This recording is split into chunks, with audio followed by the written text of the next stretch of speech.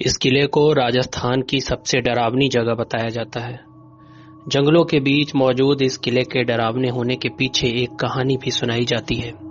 कहा जाता है कि एक जादूगर भानगढ़ की राजकुमारी के रूप का दीवाना हो गया था और काला जादू करके वो राजकुमारी को हासिल करना चाहता था, जिसके बाद राजकुमारी ने कुछ ऐसा किया कि उसका जादू उल्टा पड़ गया और जादूगर की मौत हो गई।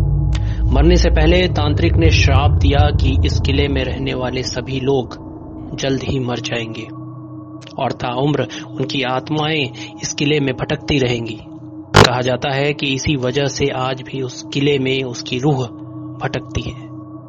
यह किला 17वीं शताब्दी में माधो सिंह ने अपने छोटे बेटे मान सिंह के लिए बनवाया था।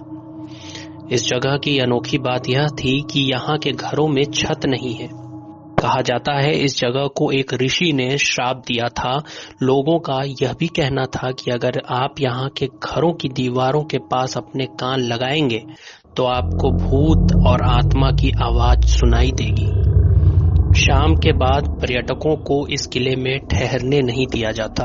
बताया जाता है कि जिस धरती पर भानगढ़ किला खड़ा है वह गुरु बालूनाथ नामक शक्तिशाली तपस्वी का था। किले का निर्माण शुरू करने से पहले माधो सिंह ने तपस्वी की अनुमति मांगी थी। उन्हें एक शर्त पर अनुमति दी गई।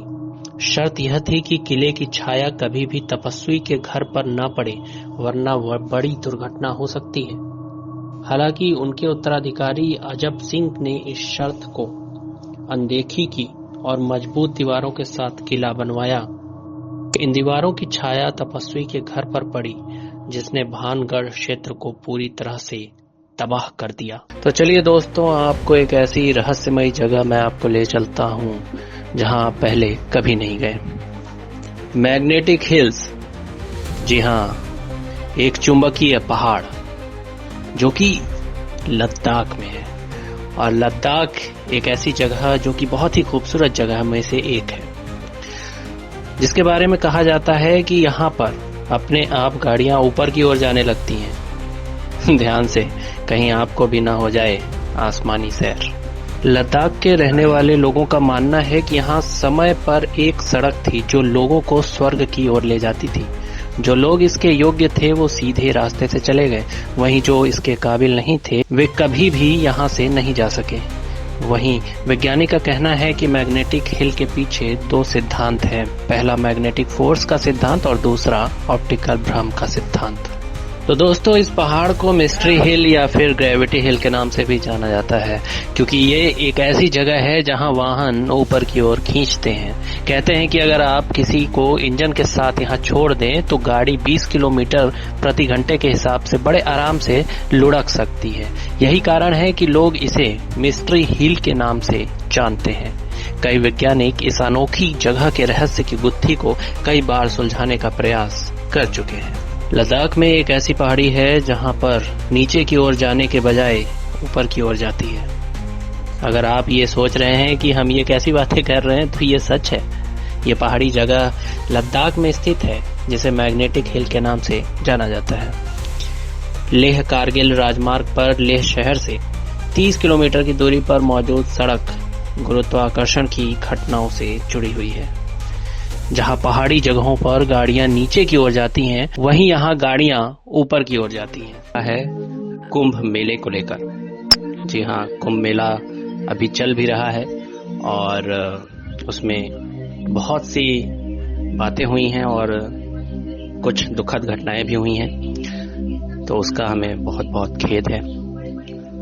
तो चलिए दोस्तों, बहुत लोग नहीं जानते हैं कि कुंभ मेला क्यों लगता है और कुंभ में लोग दर्शन करने क्यों आते हैं। तो दोस्तों, इसके पीछे का रहस्य है, कुंभ मेले के पीछे हिंदू धर्म की पौराणिक कहानी है। इसके मुताबिक समुद्र मंथन के दौरान जब राक्षसों और देवताओं के बीच अमृत को लेकर संघर्ष हुआ था, इस संघर्ष के दौरान अमृत की कुछ बूंदें प्रयागराज, हरिद्वार, नासिक और उज्जैन में गिरी थी।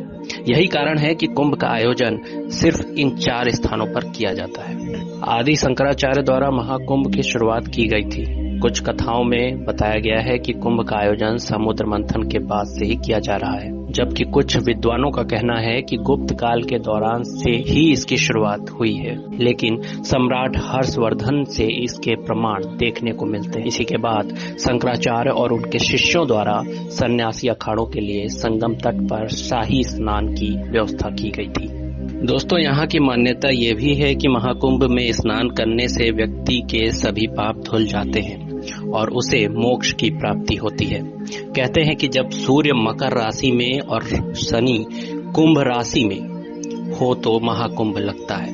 महाकुंभ में स्नान यानी जहाँ अमृत कलश की बूंदें गिरी, वहाँ स्नान करने से व्यक्ति के सभी पाप धुल जाते हैं। कुछ ग्रंथों में बताया जाता है कि कुंभ का मेला 850 साल से भी ज्यादा पुराना है। दोस्तों, बहुत से लोगों को ये बात नहीं पता होगी कि ये कुंभ का जो मेला है या कुंभ का जो स्नान है 144 साल में एक बार देखा जाता है और इस पर्व का संबंध समुद्र मंथन के दौरान अंत में निकले अमृत कलश से जुड़ा है। महाकुंभ करोड़ों श्रद्धालुओं की आस्था का प्रतीक है। महाकुंभ सिर्फ एक मेला ही नहीं बल्कि यह आस्था, परंपरा और हिंदू संस्कृति का संगम है। श्रद्धालुओं के लिए यह एक पवित्र एहसास है जिसका इंतजार सभी श्रद्धालुओं को बेसब्री से रहता है। तो दोस्तों, कैसा लगा आपको ये महाकुंभ का स्नान और मेला? अगर ये ब्लॉग हमारा पसंद आए तो सब्सक्राइब, लाइक और शेयर जरूर करें ताकि आगे भी लोगों को जानकारी हो सके। धन्यवाद।